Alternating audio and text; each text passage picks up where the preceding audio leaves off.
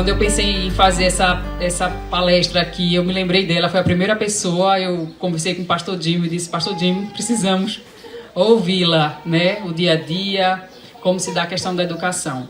E o pastor Jim, todos conhecem, agradecemos o Instituto por ele ter aberto as portas, o Instituto João Calvino sempre contribuindo na questão da educação domiciliar. Eu quero agradecer também ao pastor Iraldo por ter vindo de Alagoas, Tassiane Hermes também por terem vindo de Alagoas, também está prestigiando aqui, e que Deus abençoe a todos nós e traga as pessoas que estão perdidas. Tem 2 famílias perdidas aqui por aldeia, e aí acho que o pastor Lailton também. O pastor Lailton é uma família que contribuiu muito aqui na organização. Eu agradeço a Deus pela vida dele. Quero convidar o pastor Jim a fazer uma oração para que Deus possa estar nos iluminando, né? São verdades difíceis, mas são verdades que é acessível a nós através da palavra de Deus. Obrigada. Vamos orar, vamos pedir a Deus a bênção. Senhor nosso Deus, nosso bondoso Pai celestial, nós te agradecemos pelo privilégio que nós temos. Nós temos o privilégio de ter crianças, filhos, que nós podemos criar em temor de Ti. Nós temos esse privilégio, nós temos essa tarefa, é uma bênção para nós e muitas vezes um desafio para nós, mas nós sabemos que temos esse trabalho e queremos aprender como fazer de uma maneira melhor. Nos ajuda essa tarde a aprender da Tua Palavra, dos princípios da mensagem da Tua Palavra, como nós, como pais, podemos e devemos ensinar nossos filhos para a Tua glória. Abençoa os palestrantes, abençoa os ouvintes aqui, também online. E nós rogamos, Senhor, a Tua bênção. Não somente sobre essas palestras, sobre esse evento, mas sobre todo o processo da educação dos filhos, Teus filhos, nossos filhos. Em nome de Cristo nós oramos. Amém.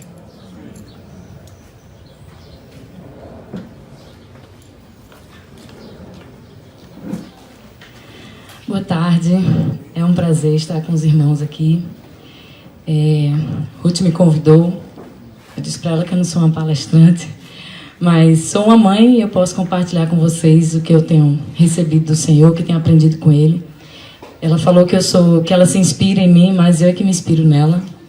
Ela tem muito mais experiência do que eu, mas cada uma na sua realidade, não é? A gente vai aprendendo um com os outros.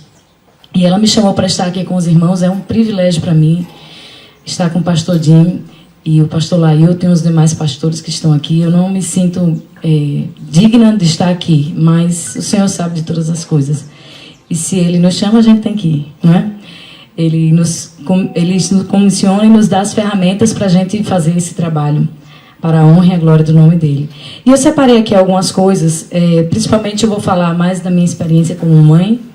Eu sei que talvez algumas outras mães podem contribuir melhor do que eu. Se vocês tiverem alguma coisa para falar, Ruth falou que era uma reunião bem informal, então eu quero que a gente participe, né? Se vocês tiverem alguma coisa para acrescentar, pode acrescentar ao que eu vou falar aqui. Vou ser bem breve, porque o tempo já está curto, e vou tentar transmitir aquilo que eu tenho aprendido nesse tempo na criação dos meus filhos, e também com a Igreja do Senhor, né? A gente participa, eu sou da Assembleia de Deus e estamos muito ligados a alguns ministérios da igreja.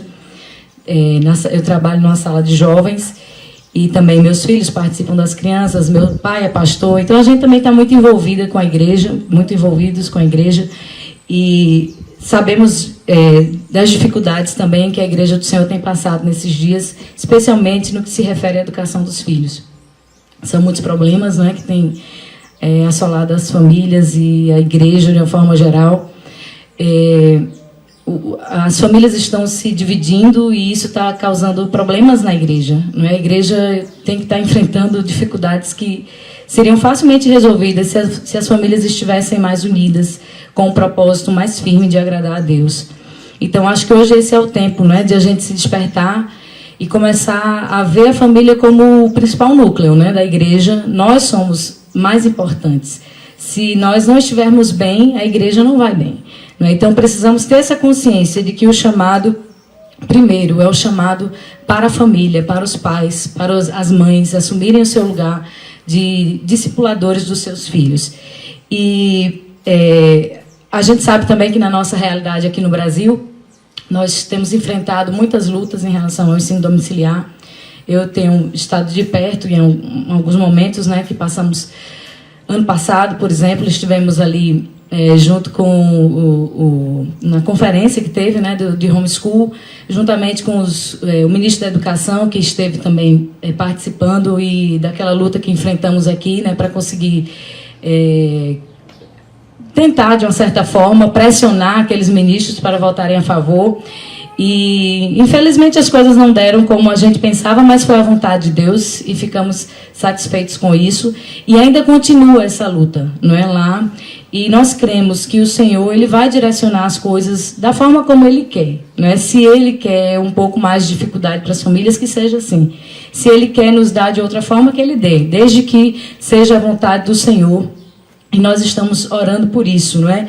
E hoje, com esse novo governo, também estão falando muito, não é, sobre se regulamentar. Eu não sei até que ponto, da forma como eles estão desejando, vai ser o melhor para as famílias, mas, de novo, a gente volta, né, para o mesmo ponto.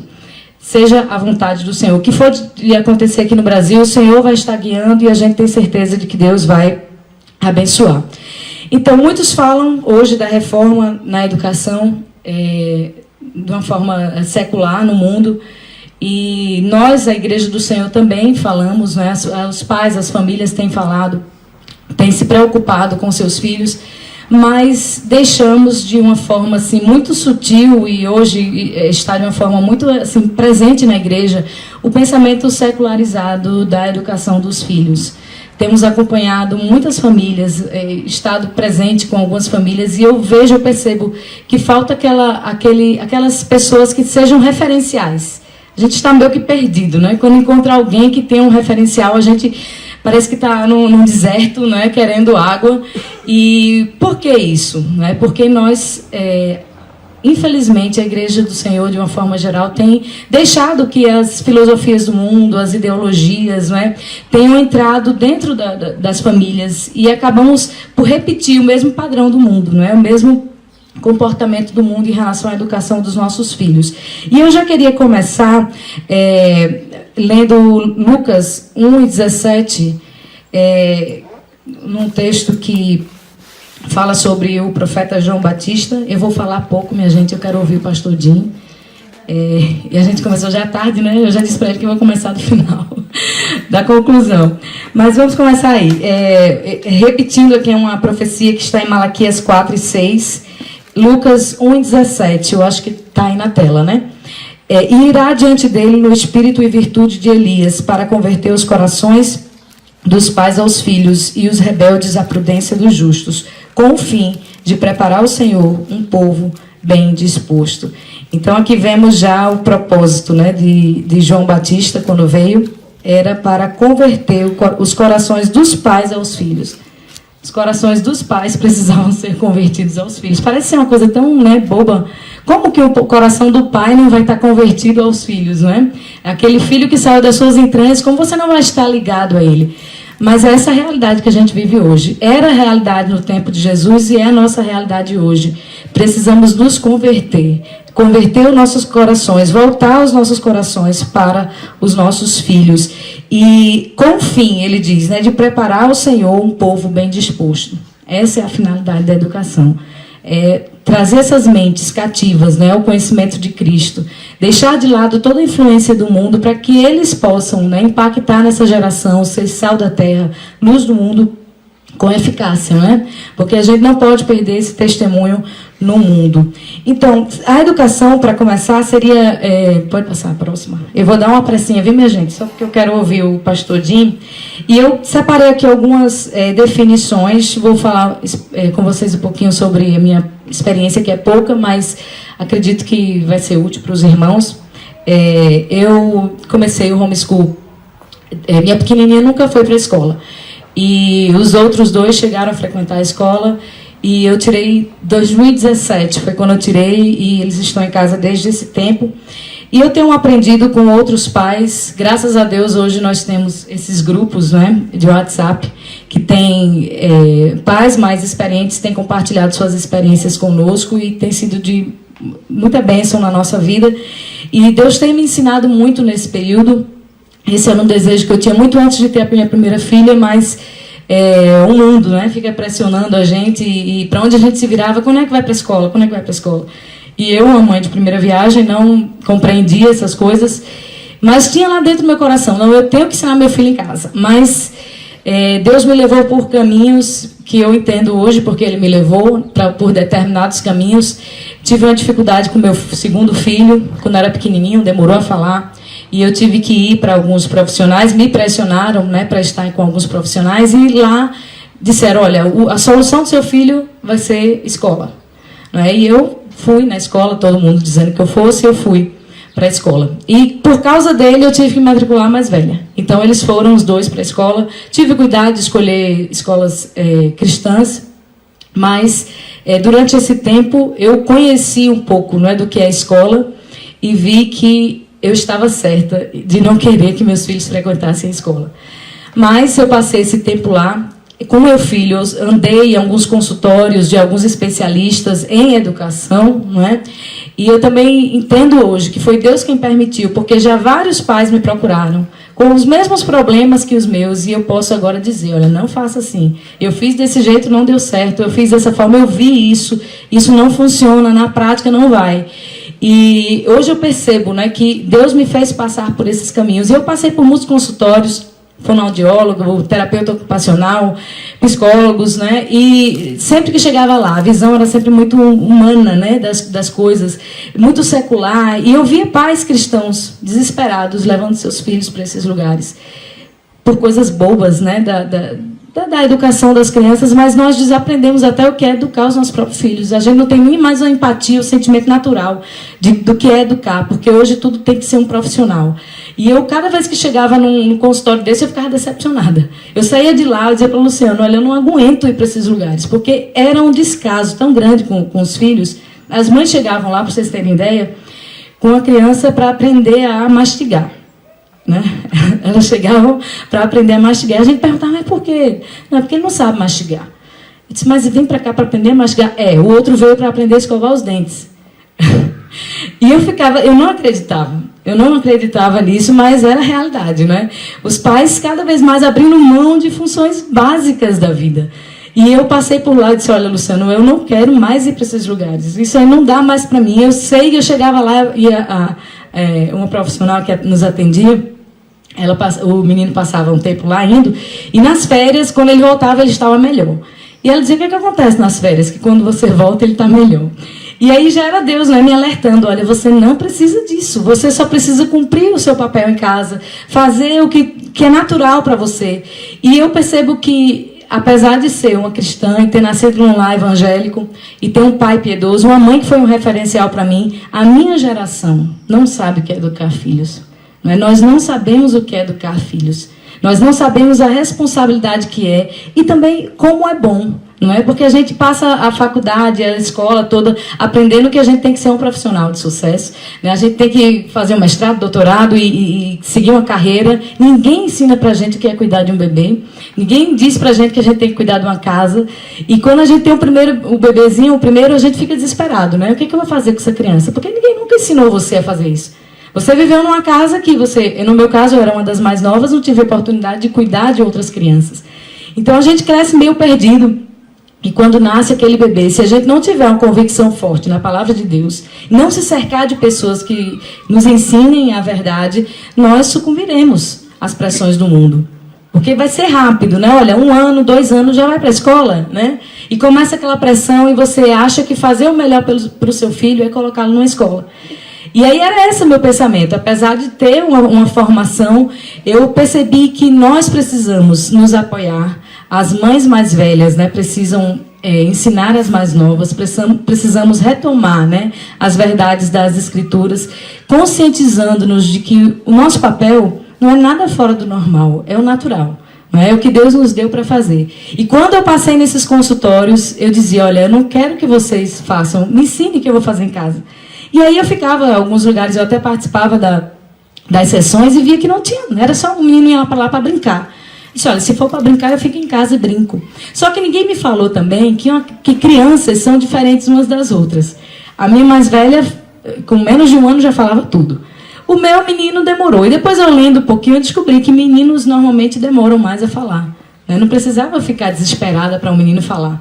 Eles demoram. E tem crianças que começam a falar, de fato, lá para os 4, 5 anos, falar fluentemente. Então, ele não estava tão atrás, não. Mas com aquela ideia, né, de comparar uma criança com a outra, eu acabei ficando desesperada com isso. As pessoas dizendo, você tem que procurar, ele não pode ser assim, ele tem que estar igual a ela. E eu acabei me enveredando por esses lugares, mas eu entendi qual foi a vontade do Senhor. E hoje, quando eu vejo mães, né, preocupadas, ansiosas, querendo, não, espere um pouquinho, né? Tudo tem um tempo, cada criança tem seu ritmo, cada criança é singular diante de Deus. E não precisamos ficar apressados para nada, né? E aí meu filho depois se desenvolveu normal, fala normal. Hoje eu tenho que pedir para ele calar a boca, porque ele fala muito, é o que mais fala lá em casa, né? E depois eu descobri que isso é normal, não é? As mães mais velhas depois me procuravam e diziam assim, olha, minha filha, isso há um tempo atrás isso era a coisa mais normal do mundo, não é? Um menino demorar a falar, demorar, né, a ler, porque tem que ler tudo na mesma idade, né? Não precisa, você espera um pouquinho. Eu tenho um exemplo da minha família, de uma tia, que ela demorou a ler, ela foi ler depois dos 10 anos. E hoje, depois de adulta, da família inteira, ela é a mais preparada intelectualmente.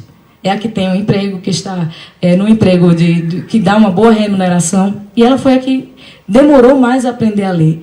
E essas coisas eu fui captando e fui vendo que a educação não é isso que o mundo nos ensina. É que estamos cada vez mais nos enveredando por um pensamento secular, mundano do que é educação, os cristãos de uma forma geral, e estamos perdendo com isso, não é, de preparar esse povo bem disposto para o Senhor, preparar para ser sal da terra, luz do mundo, não ser igual à maioria. E com esse tempo eu vim meditando na palavra de Deus, vim estudando sobre o que era educar filhos, li muitos livros e eu aprendi, não é, que não era nada do que o mundo me ensinava. É bem diferente, né? A palavra de Deus ela é suficiente para nós. Quando nós começamos a estudar, a ver a educação dos filhos, como a Bíblia como manual dessa educação, a gente não precisa de mais nada, né? Não precisa dos subterfúgios do mundo, das ferramentas do mundo, porque nós temos aqui em nossas mãos. É só colocar em prática, não é? E foi isso que eu aprendi nesses dias, nesse tempo, educando meus filhos. Então, o que seria a educação? Já está aqui, né? A educação é apenas uma palavra moderna para discipulado, que é um processo lento e diário de plantar sementes nos corações e nas mentes dos jovens.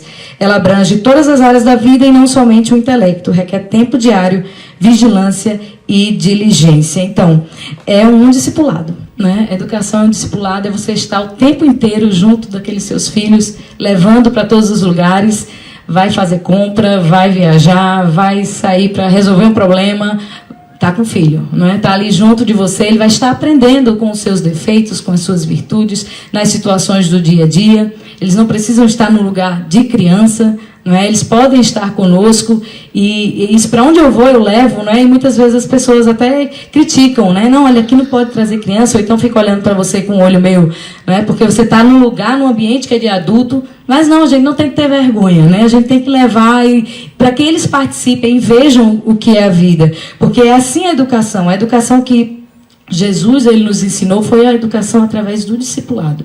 Ele chamou seus 12 discípulos para andar com ele. Para onde ele ia, os discípulos estavam ali aprendendo com ele. E eles foram capacitados para começar a igreja através desse tipo de formação. Uma formação do dia a dia, de estar ali junto, aprendendo, vendo as situações mais corriqueiras, né? Aquelas difíceis também, que às vezes ficam ocultas do mundo, né? Porque é muito fácil a gente aparecer no lugar, falar aqui para os irmãos. Outra coisa é você estar no dia a dia, né? Da sua casa, com seu marido, com seus filhos, estressada, né? E tendo que lidar com problemas, né? E com filhos, às vezes, desobedecendo a você. E como é que você reage nisso? Então, é essa a verdadeira educação. É você estar junto no dia a dia, acompanhando os seus filhos. Então é errado a gente definir a educação em termos de preparação para a vida, porque aprender é a vida, certo? A gente não está preparando ninguém para a vida. Eles já nascem, no momento que nascem, eles já estão já estão ali na vida, né? Ele aprender essa vida. Deuteronômio 6, se fala isso, né? Deus falando para Moisés que o aprendizado ele estaria em todos os momentos da vida, ao deitar, ao levantar, ao comer, ao dormir, ao andar pelo caminho. Então, essa é a educação, essa é a formação que nossos filhos precisam. Eles não precisam estar todos os dias na escola, né? Sentado numa cadeira, fazendo aqueles exercícios. Isso não é educação. Educação é o que ocorre no dia a dia, não é? Os nossos relacionamentos. Então, quando os cristãos reconhecem que aprender é a vida, porque a própria vida é um processo de aprendizagem, eles entendem em um nível mais profundo o significado por trás de Provérbios 4:13. Esse texto é muito bonito em relação à educação. Vejam, apega-te à instrução e não a largues, guarda porque ela é a tua vida. A instrução é a nossa vida. Não tem como a gente separar. É um lado que eu vou aprender, outro lado não é. Não, o tempo inteiro a gente está aprendendo, né? E isso na educação domiciliar é fundamental, para a nossa compreensão de educação. Então, a educação e discipulado também está no coração da grande comissão. Em Marcos, eu queria que já passasse aí também, Marcos 28, 19 e 20 diz: portanto, ide, fazei discípulos de todas as nações, batizando-os em nome do Pai e do Filho e do Espírito Santo, ensinando-os a guardar todas as coisas que eu vos tenho mandado, e eis que estou convosco todos os dias, até a consumação dos séculos. Então, a educação é uma obra de preparação da família para a volta de Jesus, converter o coração dos pais aos filhos, como diz Malaquias, não é? É uma obra familiar. Quem está educando é aquele que está discipulando a geração. E é nisso aí que nós falhamos, nós estamos deixando o discipulado para a escola, para o mundo, para o Estado que é frio, não é? Que não vê os nossos filhos na singularidade deles, como imagem de Deus. Porque nós, cada um, Deus fez de uma forma única. Não dá para padronizar, deixar tudo de um mesmo jeito. Não, Deus nos fez de forma única e colocou cada um de nós dentro de uma família, dando um pai e uma mãe para estar ali atento, olhando, vendo as dificuldades, podendo ajudar naquele ponto específico. Uma sala com 30 alunos, jamais um professor vai conseguir ver cada aluno na sua singularidade. E Deus nos chama para isso. Esse fazer discípulos de todas as nações começa em nosso lar, em nossa casa. Ontem eu conversava com meu marido sobre o chamado de Abraão, não é? Quando Deus chama Abraão, ele diz: em ti serão benditas todas as famílias da terra. Ele não falou países, né? Ele falou famílias da terra. E Deus sabia, não é claro, que a família é o centro, é a base de tudo que existe. E uma família dividida não tem como agradar a Deus, não tem como glorificar o nome de Deus no mundo. Então Deus chama Abraão para que as famílias fossem benditas nela. Então, da mesma forma, somos nós hoje. Fazei discípulos de todas as nações, nossos filhos, não é? É a partir deles que se forma a nossa sociedade, a nossa cidade, o nosso estado, o país, né? O mundo vem de famílias, de pessoas que se juntam, que se unem para educar e formar seus filhos. E a gente precisa ter essa consciência de que é a nossa responsabilidade estar nesse discipulado com eles. Nós não podemos jamais imaginar, né, que 30 horas por semana de educação humanista pode ser suplantada por 2 horas da semana na instrução bíblica, no domingo. Muitas pessoas estão levando todos os dias, né, as crianças para a escola, passam a manhã inteira, algumas o dia inteiro, e no domingo levam para a igreja e acham que vai resolver o problema. Não vai.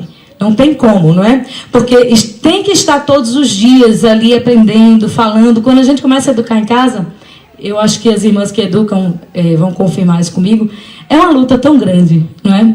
Todo dia a gente acorda, tem que ter aquela disciplina de ler a Bíblia, eles não querem, não é? Muitas vezes choram.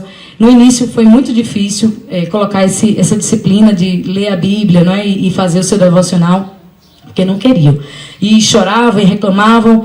E já no final do ano passado, em outubro do ano passado, foi que eu me acordava e chegava e encontrava os 3 lendo a Bíblia, né? Mas depois de um ano de luta, né? Tentando imprimir neles, ou fazer com que eles seguissem, né? Tivesse esse hábito, foi muito difícil. Muito difícil, e ainda hoje, né? De vez por outra eles querem não querem fazer, não querem ler, mas depois de um tempo a gente começa a ver os frutos, né? Mas é difícil, é uma luta diária. A gente passa a presenciar mais brigas, não é? Mais confusão, mais problemas. Quando estão na escola, não, a gente está numa boa, né? Em casa, só fazendo ali as coisas. Quando fica em casa, é aquela confusão e a gente fica preocupado. Meu Deus, será que alguém vai achar a minha família meio louca, né? Porque é uma briga, é uma coisa, a gente tem que estar apartando o tempo inteiro.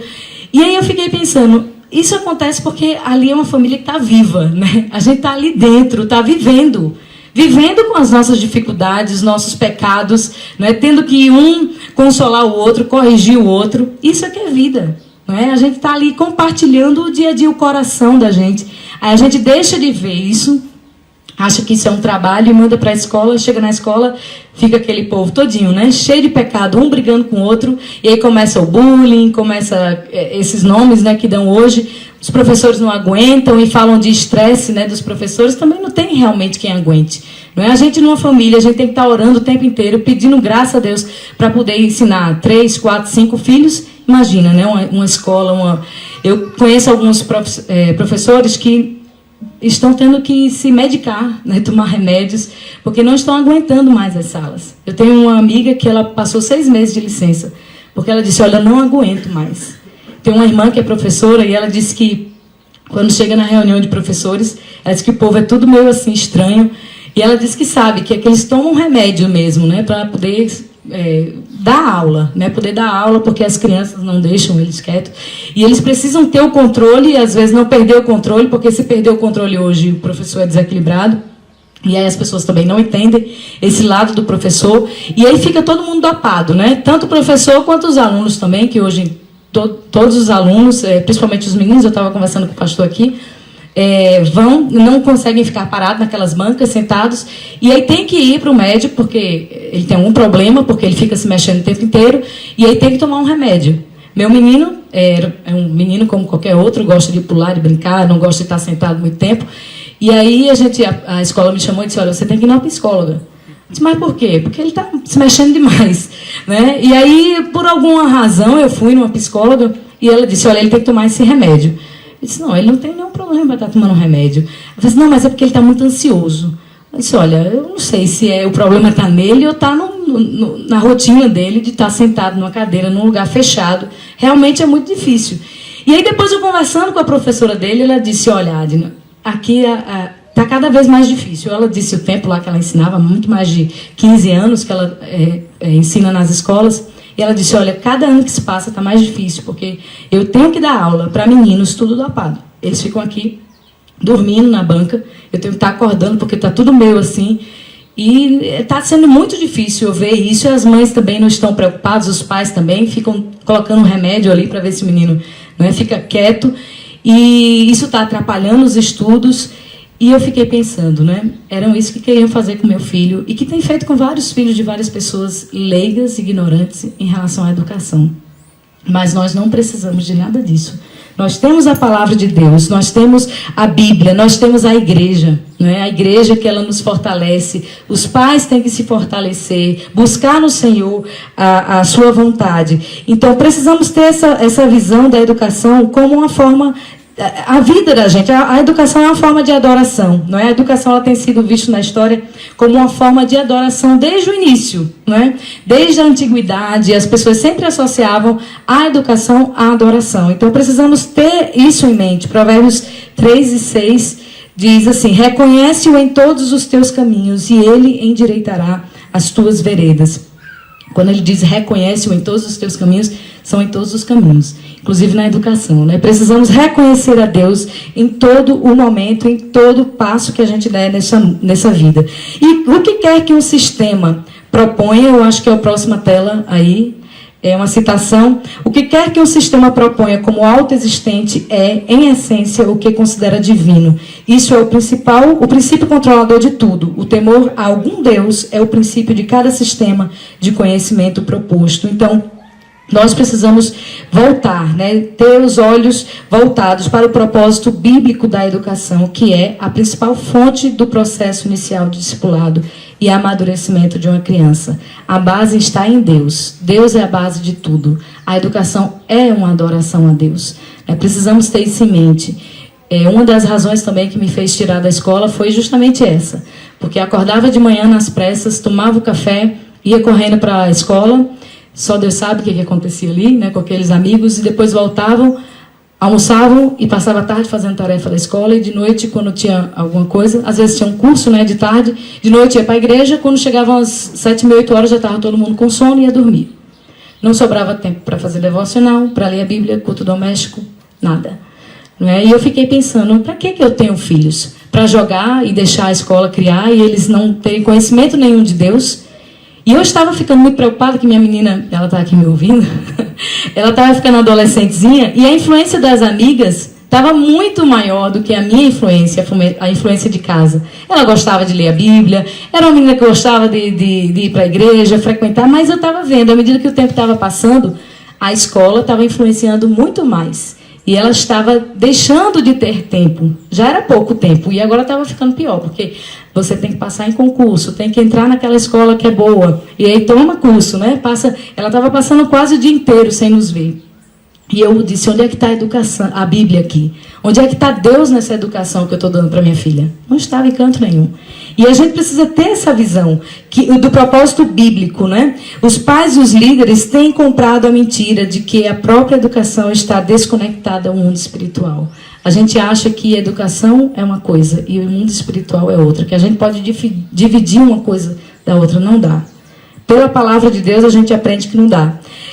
Em Provérbios 9:10 diz o seguinte: o temor do Senhor é o princípio da sabedoria e o conhecimento do santo a prudência. Então, o temor do Senhor é a base de toda a sabedoria. Não é só da sabedoria espiritual, é da mental também, do intelecto, não é? Nós precisamos adorar a Deus com tudo. E eu comecei a compreender dessa forma, não é, que minha filha, para ser bem-sucedida na vida, ela precisava primeiro ser formada aqui nessa sabedoria do temor ao Senhor. E o restante viria como consequência dessa formação dela, não só dela, como dos meus filhos. Então, eu separei aqui, irmãos, mas alguns pontos que eu vou tentar ser breve, eu gosto muito de falar, então eu quero que Ruth me dê aí um toque. Sobre quem deve educar os nossos filhos, eu acho que tem que passar mais algumas telas. Eu separei aqui algumas entidades e pessoas que podem educar os nossos filhos. Tem 4 principais, né, que são os tutores, os pais, as escolas privadas e as escolas públicas. Começando pelos pais, essa classe aí de pessoas, né, são os pais, são as primeiras pessoas comissionadas por Deus para transmitir, né, passar a educação para os filhos. Nos tempos mais antigos, sempre foi feita através dos pais, a educação. Então, de um tempo para cá, foi que isso mudou. Em Salmo 145, verso 4, diz o seguinte: uma geração louvará as tuas obras a outra geração, e anunciarão as tuas proezas. Então, uma geração passava o conhecimento para outra geração. Lá nos Hebreus, né, eles colocavam desde o início a responsabilidade da educação, do treinamento infantil sobre os pais. E a gente encontra isso em Deuteronômio. É uma educação voltada para o relacionamento, a educação dos hebreus. Não é? Desde lá do início, Deus deixou isso muito claro. Tinha que estar ali junto, se relacionando intimamente, para que a educação florescesse. Jesus, nosso exemplo maior, foi ensinado em casa, né? Ele não foi terceirizado. Como mostra em Mateus 13, 54 a 56. Diz o seguinte: chegando à sua pátria, ensinava-os na sinagoga deles, de sorte que se maravilhavam e diziam: de onde veio a esta sabedoria e estas maravilhas? Não é este o filho do carpinteiro? E não se chama sua mãe Maria e seus irmãos Tiago e José e Simão e Judas? E não estão entre nós todas as suas irmãs? De onde lhe veio, pois, tudo isso? Mateus 13, 54 a 56. Então as pessoas ficavam admiradas. Que homem é esse, né, que está falando tão bem? De onde foi que ele aprendeu isso? Ele não frequentou escola nenhuma. Ninguém tinha visto Jesus por aí aprendendo em lugar nenhum. Como é que ele sabe essas letras? De onde ele veio? E Lucas 2 fala: e o menino crescia e se fortalecia em espírito, cheio de sabedoria, e a graça de Deus estava com ele. Ora, todos os anos iam seus pais a Jerusalém à festa da Páscoa. E aí ele sobe essa festa, e chega lá, os irmãos já sabem, né? O desfecho. Ele fica lá no templo falando com aqueles doutores da lei. A sua mãe volta de viagem e no meio do caminho não encontra, e volta para lá e encontra Jesus no meio daqueles homens falando sobre a Bíblia. E as pessoas estavam maravilhadas, aqueles homens, né? Como é que esse menino sabe tanta coisa? Aprendeu em casa. Estava lá com sua mãe, seus pais piedosos. Ele não participou de nenhum centro acadêmico daquela época. Eu acho que tem uma citação aí de Matthew Henry. Ele fala justamente sobre isso, né? E eles se maravilhavam dizendo: como conhece este homem, nunca tendo aprendido? Aí diz o seguinte aí: que nosso Senhor Jesus não foi educado nas escolas dos profetas ou aos pés do rabino. Não viajou para aprender, como fizeram os filósofos. Não fez uso das escolas e academias de seu próprio país. Na época da aparição de Cristo, o aprendizado floresceu tanto no Império Romano quanto na Igreja Judaica, mais do que em qualquer época anterior ou posterior. E foi nessa época que Cristo escolheu estabelecer sua religião, não em uma era analfabeta, para que não parecesse impor ao mundo sua mensagem. Então, veja, até nisso Deus teve um cuidado, não é? De mandar o seu filho numa época em que o conhecimento estava florescendo, as pessoas iam para as academias aprender. E ele trouxe Jesus nesse momento. Um dos propósitos é para que depois não acusassem, né, o cristianismo de ter sido bem difundido, porque era uma geração analfabeta que não conhecia, não é, das palavras. Mas Jesus vem nessa época e transmite a sua mensagem simples, né, para as pessoas simples. E o cristianismo se espalha de uma forma maravilhosa pelo mundo. As academias da Grécia, os romanos, todos eles se perderam na história. E o cristianismo está de pé, né? Foi feito por uma pessoa simples, de uma família simples, humilde, trazendo uma palavra poderosa, que era a palavra de Deus. Então, quando nós olhamos para Jesus, nós nos inspiramos, né? Ainda que seja difícil na nossa geração, nós sermos um paradigma aqui nessa sociedade. Quando a gente se lembra dele, do mundo que ele viveu, as pessoas que ele teve que enfrentar, não é? E pregar para aquelas pessoas. Eu penso nos outros, né, nos discípulos que vieram após ele, Pedro, Tiago, João, Paulo, mas esses outros, né, Pedro, Tiago e João, que as pessoas diziam que eram leigos, né, que nem sabiam falar direito, mas estavam ali pregando, espalhando a mensagem de Jesus. Então nós não precisamos temer o mundo, nem temer a ciência ou os profissionais do mundo. Eu estou aqui falando para os irmãos, mas eu me identifico, não é, como uma mãe. Eu sou uma mãe que educo meus filhos e essa é a minha maior faculdade. É a minha maior experiência estar sendo aqui na minha casa com os meus filhos. Eu faço questão de onde eu chegar. Qual é a sua profissão? Eu sou mãe. Né? Eu sou mãe, eu ensino meus filhos em casa. Porque não existe faculdade, universidade, conhecimento maior do que esse. Esse conhecimento do dia a dia. Você todos os dias tem que estar lidando com o pecado no coração do filho, não é? Tendo que pegar a palavra ali na prática, colocar na prática na vida dele. Não é uma teoria. Eu não estou sentada num banco aprendendo, não é, coisas teóricas. Eu estou no dia a dia. Essa é a minha missão. E essa é a minha faculdade. Então precisamos ver a educação, a família, não é? Nosso papel na família como fundamental e como honroso. É uma honra para mim ser uma mãe. É uma honra para mim educar meus filhos. Do meu marido, da mesma forma. Nós pensamos assim. É a prioridade número 1. Precisamos ver dessa forma. Não ter vergonha, né, de educar os nossos filhos. As pessoas, eu percebo que as pessoas têm aquela resistência, né, de dizer, não, o que você faz? Você diz, eu educo meu filho, já ficam, né, eles não sabem de nada. Né, porque não está numa faculdade, não está fazendo alguma coisa. Eu faço questão de esconder. Isso tem sido um trabalhar de Deus na minha vida, é claro, né? A gente vai vivendo e eu tenho procurado, tenho orado e pedido a Deus para que eu cada vez mais seja contra, né, essa cultura. Desde que eu me casei, né, eu procurei seguir dessa forma. Não é fácil, né? Quando eu me casei, era primeiro em relação à família, cuidar do marido, né? As pessoas diziam, mas você não vai trabalhar, né? Se meu marido trabalha, está me sustentando, deixa eu aqui no meu lugar. Mas aí falavam aquela pressão, né, que você tem que trabalhar, que você tem que estar fora. E eu lembro que eu fui uma vez no consultório médico, e aí a moça me perguntou lá, qual é a sua profissão? E aí eu coloquei, dona de casa. Eu faço questão de colocar até para mim, viu? Não é para as pessoas, não. Eu faço só para ver se eu me impacto com aquilo, né? Eu disse, dona de casa. Aí ela olhou para mim, né, uma nova dona de casa, e colocou lá. Aí, quando eu entrei para dentro do consultório, o médico olhou minha ficha e fez assim, a sua profissão é dona de casa? Eu disse, é. Aí ele disse, mas, minha filha, você é tão nova, você não tem outra coisa para fazer, não? Eu disse, olha, eu estou bem, faça isso não, minha filha, vá fazer um trabalho, vai estudar, vai fazer alguma coisa, olha, não confie em homem, não. Não confie em homem. Não confie em seu marido, não, porque você está com ele hoje, amanhã você não está. Você já pensou nisso? Eu disse, olha, doutor, eu estou aqui para fazer uma consulta. Eu não vim aqui para pedir aconselhamento. Né? Eu estou bem na minha casa com meu marido. Pode deixar, está tudo tranquilo. Mas assim, quando eu saí de lá, eu fiquei impressionada, né? Como as pessoas não aceitam mais. Né? E se a gente tiver vergonha, se eu ficar com vergonha do que Deus quer para mim, como é que a luz vai brilhar? Né? Como é que eu vou impactar as pessoas? Eu tenho que ter essa coragem para falar.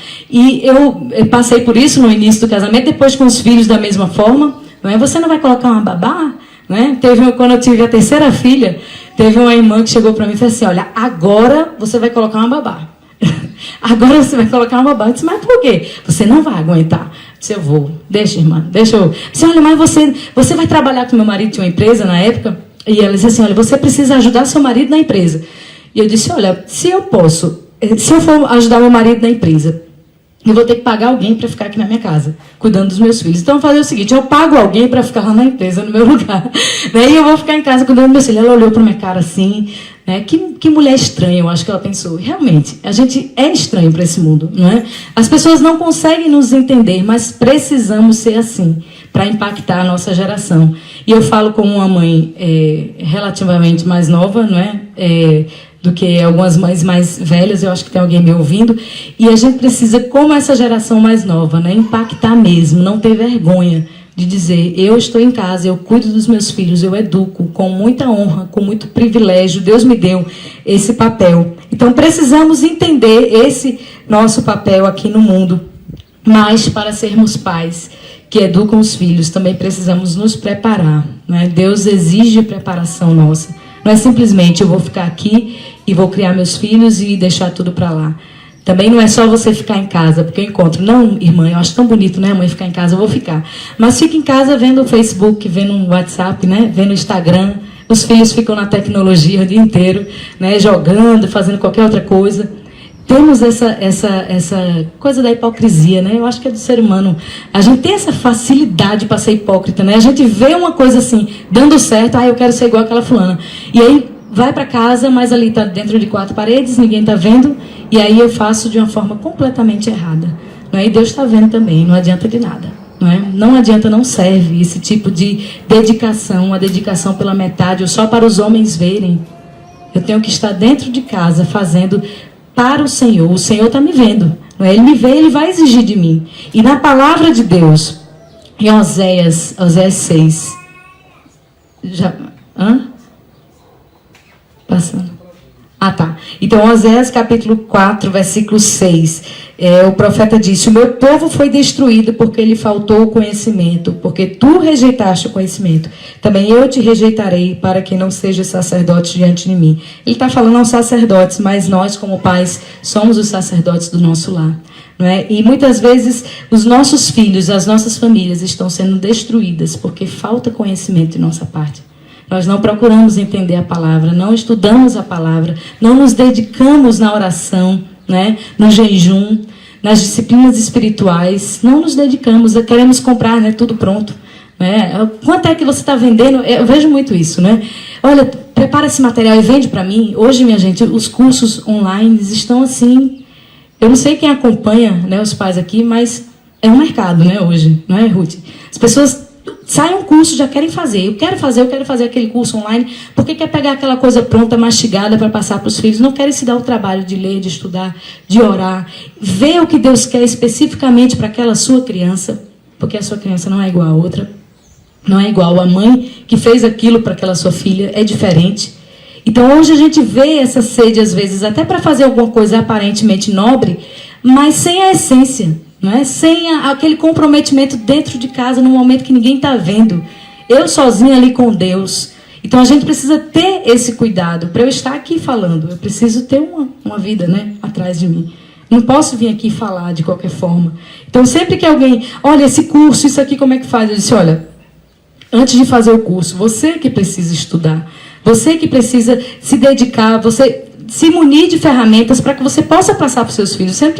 Você não tem que pegar um material pronto e passar para eles. Você, se quer se dar o trabalho de estudar aquilo que você vai transmitir. Não porque está tudo pronto. Não, faça o seu. Né? Vá estudar, vá ler, vá pesquisar. E monte a sua própria. Mas, irmão, não sei. Então, busque. Né? Busque um lugar que você possa aprender na sua igreja, com seus pastores. Então, ensinar em casa, ser pai e mãe que educam seus filhos em casa, exige preparação.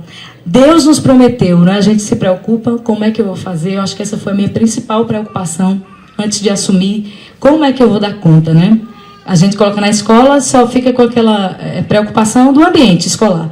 Mas o conteúdo a gente está tranquilo, entre aspas, né? Porque está alguém fazendo pela gente.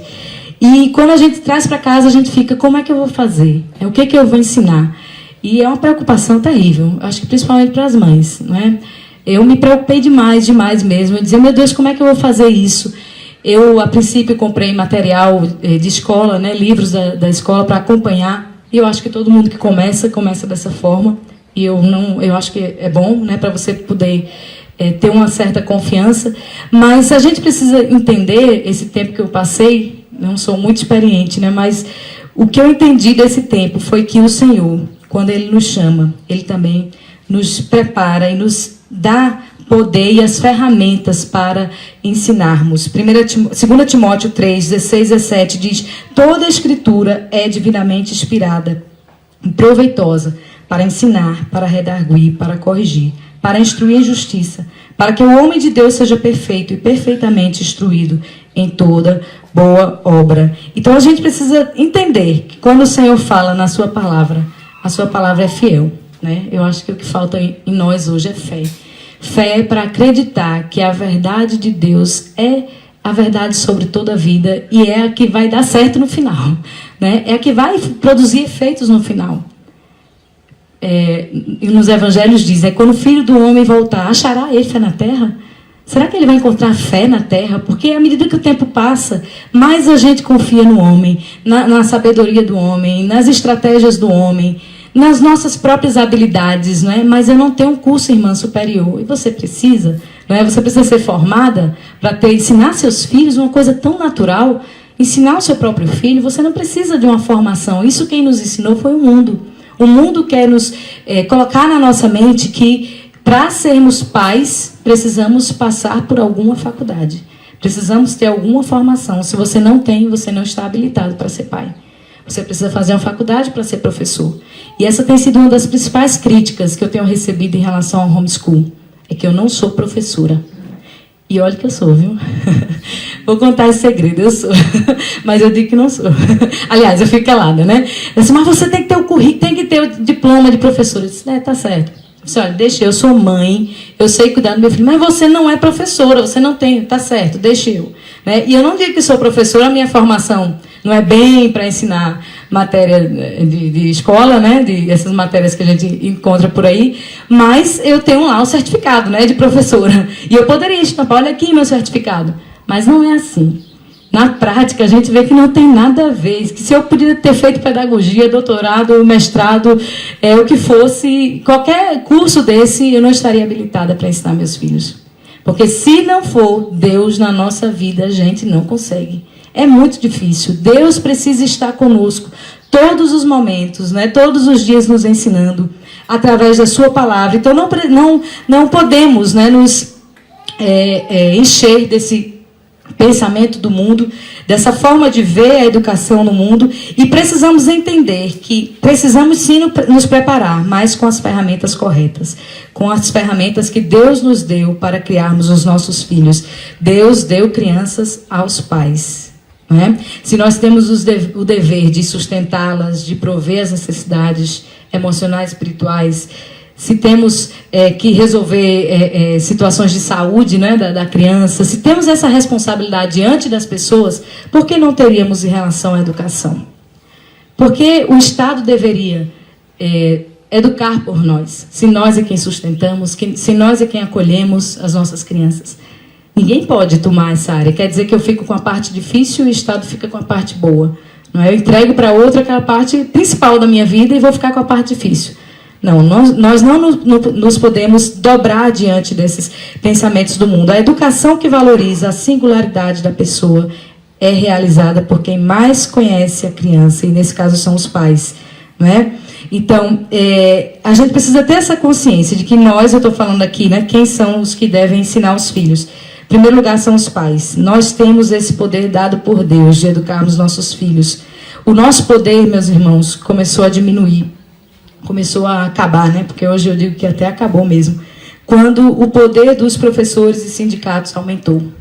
À medida que foi se profissionalizando a educação, o nosso poder, né, de educar nossos filhos foi diminuindo, até chegar onde estamos hoje.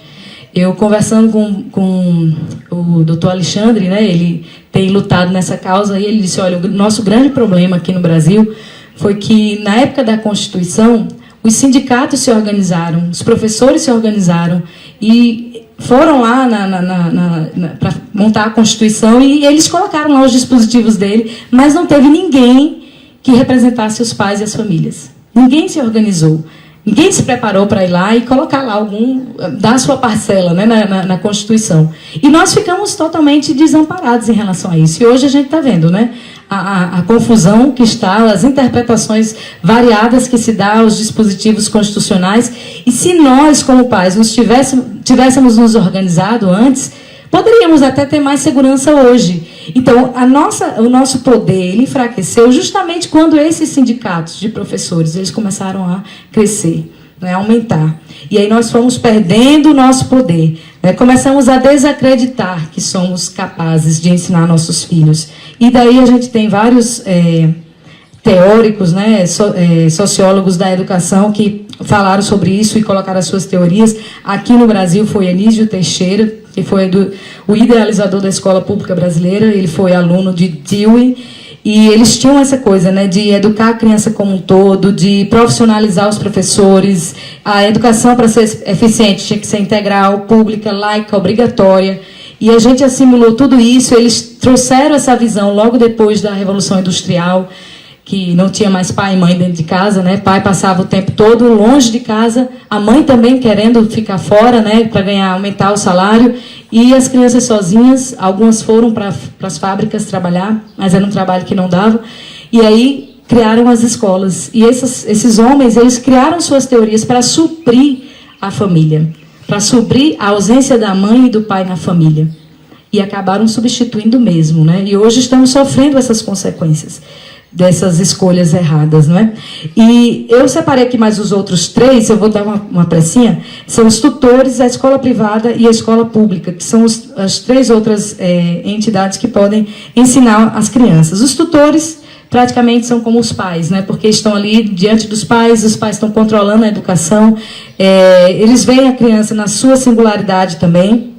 Podem ser professores presenciais ou à distância, instituições de ensino também individualizadas, que nós já temos muitas, né, e principalmente de fora. A gente já tem as experiências de alguns pais. Eu já participei de uma escola americana que atua aqui no Brasil, e a gente tem todo o respaldo, mas está ali dentro de casa, não é? Então, são tutores que nos orientam e que são ferramentas também que Deus nos permite dar para aqueles pais, especialmente, que não se sentem tão preparados para desempenhar esse papel. Temos também a escola privada, certo? Que deveria ser, né, orientada pelos pais nos seus valores, se fosse uma educação que você escolhesse seguir.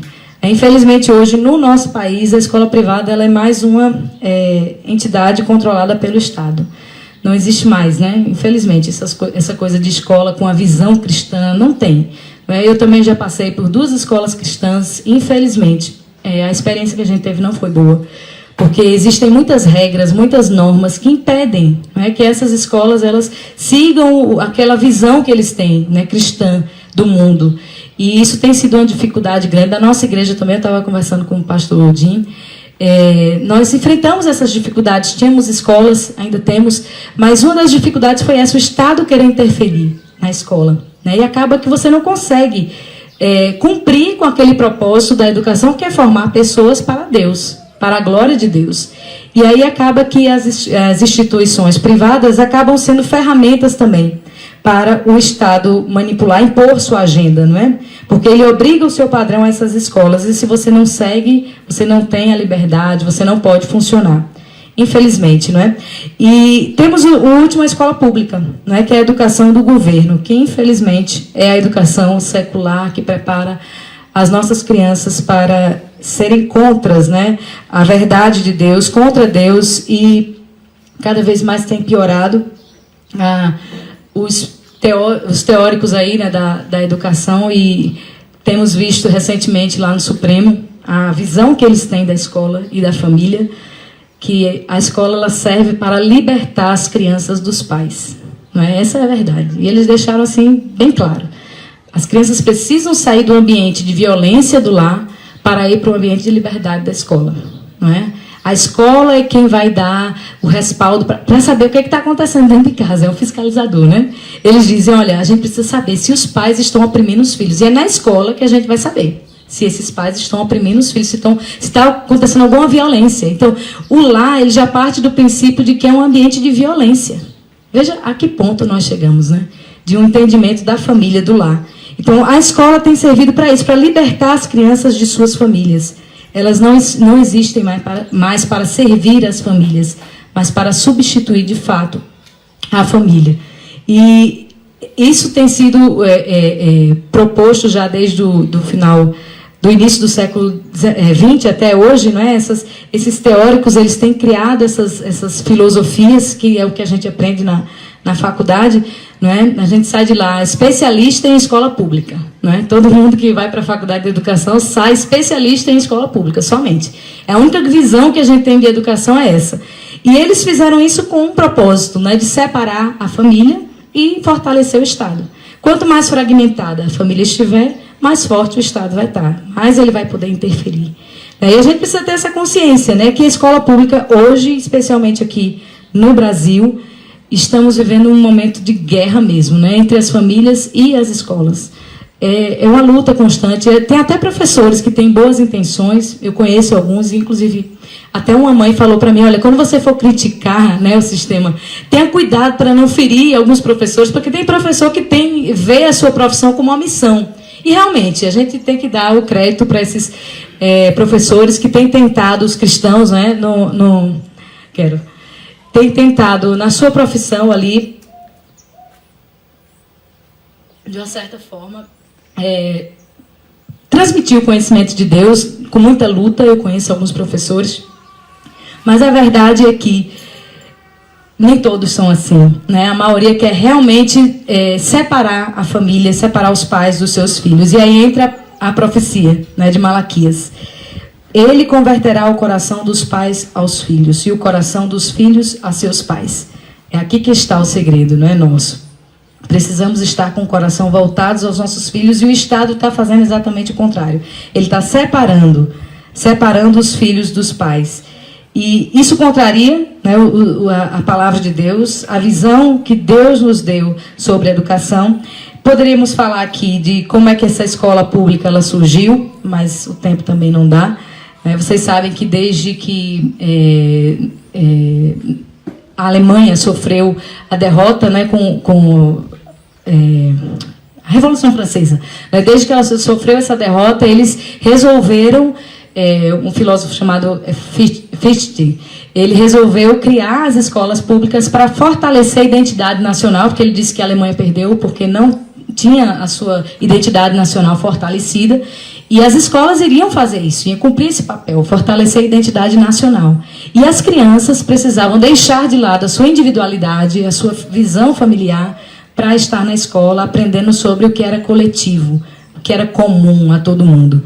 E daí as crianças saíram e disseram, não, isso aí tem que ser igual, né? Tem que ser laica, pública e obrigatória. Todo mundo vai participar disso aqui e vai ter a mesma visão. E ele preparou, né, esse terreno para Hitler e tantos outros que vieram depois, e foi importado esse modelo para os Estados Unidos e depois chegou aqui. Nós estamos aqui vivendo esse desdobramento desse modelo de educação pública e obrigatória, uma educação que é padronizada. As crianças são números apenas, né, que crescem nesse desamor do Estado. O Estado, ele, através da escola, ele é o único que tem o poder de ser violento, essa é a verdade. Não é? Eles dizem que somos nós os violentos, mas é o Estado. Ele é o único que tem o poder de ser violento na educação. Porque se você não manda para a escola, o que eles fazem? Denunciam em você e podem tirar os seus filhos até de você, como acontece em alguns países, né? A Alemanha acontece assim. Você não quer mandar seu filho para a escola, então eu posso ser violento com você, eu posso tirar de você o seu filho. Então o Estado é o único nessa esfera da educação que tem o poder de ser violento. Quer dizer, a gente não pode ser violento no que eles pensam e eles podem ser violentos. Eles podem passar por cima da nossa família, dos nossos valores, e não tem problema com isso, porque isso está na lei. Não é? Então a compulsoriedade compromete também a relação vital entre pais e filhos. Então quando a gente pensa, né, em termos de educação domiciliar, isso é legal, né? Eu acho que essa é a pergunta que todo mundo faz quando se encontra com um pai. Mas você está fazendo a educação em casa e isso está na lei? É a pergunta que a gente tem que estar sempre respondendo, é essa. E essa mentalidade, se é legal, já é uma mentalidade de escravo.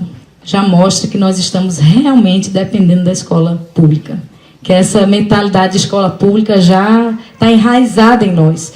Mostra quão longe nós fomos na compreensão do nosso chamado e revela a visão humanista de que as crianças são do Estado, que eu preciso de uma lei do Estado para permitir que eu ensine meus filhos em casa. Essa é a verdade. Não é? E a gente fica com medo. Eu conheço pais que não ensinam seus filhos em casa com medo da lei, com medo de que os homens possam falar. Mas eu não posso colocar a lei dos homens acima da lei do meu Deus. Não é? Importa primeiro obedecer a Deus do que aos homens. Se Deus nos diz para educarmos os nossos filhos, precisamos ter coragem, né, para enfrentar o mundo, para combater as hostes espirituais que existem nesse mundo, no pensamento humano, não é, do homem que tem dado lugar ao pecado no seu coração, e enfrentar esse mundo com coragem, né? Então essa coisa de dizer que isso é legal já mostra uma mente que nós temos de escravos, não é, do Estado. Precisamos nos libertar disso. Não importa se é legal, importa que eu estou cumprindo com o meu papel diante de Deus, diante da sociedade dos homens. Eu preciso ter essa consciência.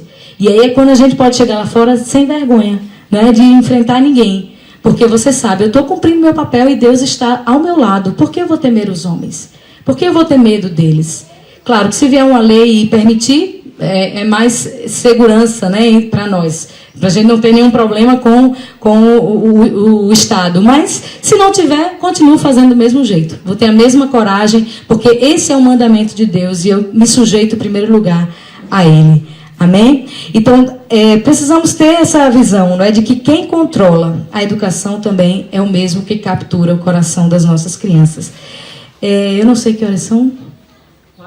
4 e 5, minha gente, eu vou parar. Eu coloquei aqui o que é ensinar, o que ensinar, quando ensinar, como educar, mas deixa para outra oportunidade. Vou terminar, eu vou concluir, não é? Qual é o propósito da educação? Finalmente, não é? Se a educação ela é um discipulado, o propósito da educação é trazer glória ao nome de Deus. Esse é o propósito final. Não é produzir profissionais capacitados, médicos, advogados, juízes, não é? A gente tem que lutar, né, contra essa tentação. Eu mesma, essa semana, me peguei lutando contra isso. Eu fui num lugar e tinha um menininho lá da escola fazendo a tarefa no maior capricho, né? E com a fardinha e tal, e aqueles livros lá todos estudando. Eu fiquei pensando, meu Deus. Aí eu fiquei pensando, esse menino vai, né, vai crescer, vai se dar muito bem, vai fazer uma faculdade, vai passar em medicina, sei lá, né, direito, vai ter um bom emprego. Aí eu olhei para mim e disse, e os meus filhos? Eu pensei, né? E os meus filhos? Vai acontecer o que com eles? Porque eu não estou vendo nada. Né? Eu estou aqui ensinando em casa, ensinando a Bíblia para eles, estou ensinando as matérias, mas não dessa forma como a escola obriga, não é? Dessa forma como avaliações, né? E aquela coisa toda, aquela rigidez. O que é que vai ser dos meus filhos? Será que eles vão ser médicos? Será que eles vão conseguir um bom emprego? Né? Aquela visão, né, humana. E aí a gente precisa se libertar disso. No mesmo momento eu me lembrei desse estudo que eu já tinha feito, e eu me lembrei, né, que nós não criamos os filhos para o mundo, nós criamos para Deus. O propósito é a glória de Deus. O que eles vão ser quando crescer, isso cabe a Deus. O meu papel é mostrar a verdade de Deus, o caminho de Deus para eles. Mais na frente, Deus vai fazer o chamado na vida deles e eles vão cumprir. E se esse chamado vai envolver uma boa profissão ou não, isso é com Deus. O que importa é que eu quero chegar lá no céu e mostrar a vida deles diante de Deus. Está aqui, Senhor. A obra que tu me deste está aqui nas tuas mãos. Eu entrego para ti. Esse deve ser o nosso pensamento, né? O nosso ideal. Não preparar um filho para que ele seja um profissional capacitado e ganhe muito dinheiro. Não. Porque senão a gente vai estar com o mesmo pensamento do mundo. E temos encontrado até entre as famílias, né, que praticam o homeschool esse pensamento. Qual a nota que ele tirou? Ele vai passar em tal prova, ele passou nisso. Eu quero que ele entre na faculdade com 15, 16 anos. E usam isso como uma propaganda até da educação domiciliar, mas meu filho ele é mais inteligente do que está na escola. Eu acho que as mães aqui já viram muito isso, né? O meu filho ele é melhor, ele está mais capacitado do que aquele que está na escola, ele entrou na faculdade com 16 anos, e sempre em termos de mundo, sempre em termos de visão humana. Quando o propósito não é esse. E se eu venho para a educação domiciliar com o propósito errado, eu vou fazer tudo errado. Eu vou fazer tudo errado. Então eu preciso começar já com o propósito correto, que é trazer a glória ao nome de Deus. Eu acho que essa é a visão de todo cristão. Todo cristão. A gente não tira os filhos da escola porque o governo está ensinando ruim. Não é? Porque a educação do Brasil é muito ruim. Eu não estou tirando meus filhos da escola porque eu não tenho dinheiro para pagar. Não é? Uma escola. Não deve ser essa a nossa visão. A nossa visão deve ser preparar um povo bem disposto para Deus, né? Como diz a sua palavra, como eu li aqui em Malaquias. Esse é o nosso propósito. Então, o que eles vão ser? Isso cabe a Deus. Eu tenho que cumprir o meu papel. E eu vendo aquele menino, eu me consolei pensando nisso, né? Senhor, está nas tuas mãos. Tu vais cuidar deles e eles vão ser aquilo que tu queres que eles sejam. Então, eu não preciso me preocupar. Eu estou vendo o presente, mas Deus já está lá no futuro. E Ele sabe o que meus filhos vão ser. Ele só quer ver a obediência de minha parte e fé. Né? Fé e obediência são 2 elementos fundamentais para um pai e uma mãe que desejam educar seus filhos. Fé e obediência. Você não sabe o que vai acontecer lá na frente. Você não sabe o que vai ser o futuro. Mas você crê que Deus ele está no futuro e Ele está reservando um futuro de paz para seus filhos. E porque você crê, você obedece. Você começa a fazer. É porque você acredita que vai dar certo. Deus vai encaminhar as coisas de um jeito que no final vai dar tudo certo. Então precisamos ter essa consciência, né? Que o nosso propósito não é a nossa própria glória, não é o meu próprio, que também tem esse pecado também, né? De a gente querer mostrar que sabe, né? Meu filho é melhor educado. Eu faço esse tipo de atividade com eles, eu sou dessa forma. E às vezes a gente vê muito isso hoje. Eu acho que a tendência é até aumentar, né? As pessoas quererem mostrar o seu trabalho como o melhor e a gente precisa estar se policiando para não analisar as motivações do nosso coração, para que nós não nos enveredemos pelo caminho que o mundo tem entrado, porque senão estaremos iguais a eles. E eu queria só concluir, não é? Essa semana nós tivemos aquele episódio terrível ali naquela escola pública, com aquelas crianças ali que morreram. E antes de ontem, eu estava com meu esposo e estava passando um noticiário e tinha uma mãe com os filhos brincando assim atrás, e ela falando sobre a escola, e ela começou a chorar. Falei assim, olha, eu fico pensando nas minhas crianças. Ela era uma mãe de uma condição social baixa, e ela começou a chorar. Eu fico preocupada. O que vai acontecer com os meus filhos? Se vai acontecer alguma violência com os meus filhos? E ela começou a chorar, e eu fiquei pensando, né? Nós estamos temendo, os pais, né, de uma forma geral, estão temendo o mundo, estão temendo aquele que pode matar o corpo, mas não estão pensando naquele que pode fazer perecer no inferno tanto a alma quanto o corpo. E esse deve ser o nosso temor, é o temor espiritual, como diz em Mateus 10, 28, e não temais os que matam o corpo, e não podem matar a alma, temei antes aquele que pode fazer perecer no inferno a alma e o corpo. Em outras palavras, o nosso temor deve ser somente ao Senhor, é a Ele que nós devemos temer. Então, se Ele nos dá uma diretriz, se Ele nos dá um ensinamento que nós devemos educar os nossos filhos, se eu não educo, eu tenho que temer. Eu tenho que ter medo. Medo no sentido bom, não é?